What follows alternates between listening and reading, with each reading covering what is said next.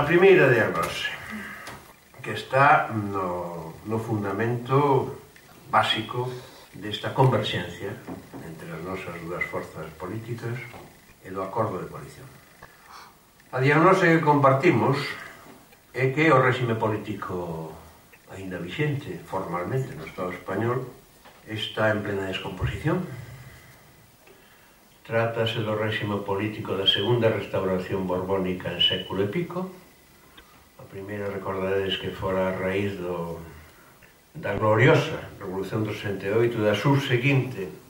Primeira República Española Federal, que durou menos dun ano, primeira restauración borbónica, que acabou coa crise dese réxime por mor da ditadura de Primo de Rivera, do ano 23 ao 28-29, e da posición da monarquía respecto a esa ditadura, que significou que a caída da ditadura e logo daquel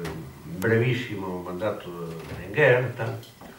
pois as municipais do 14 de abril do 31, nunhas eleccións municipais, o triunfo mayoritario, normalmente mayoritario, das candidaturas republicanas del lugar a que se abrixe o período do proceso constituinte da Segunda República Española. E agora estamos na Segunda Restauración Borbónica, que se inicia coa Constitución do 78, pero que se xesta dende o ano 45, por non ir máis atrás, o espléndido libro de Joan Garcés, que se chama Soberanos e Intervenidos, que fai unha historia moi ben feita da transición e da prestransición, con unha documentación en anexos en facsímil de documentos descalificados ou desclasificados, perdón, do Foreign Office, do Pentágono, do Departamento de Estado americano, etc., e documentos do ano 44 americanos, no que xa se está traballando para que ao remate da guerra, que xa estaba virtualmente perdida polos nazis, no canto de restaurarse a República, pois sexa reconvertido o réxime franquista nunha rexencia,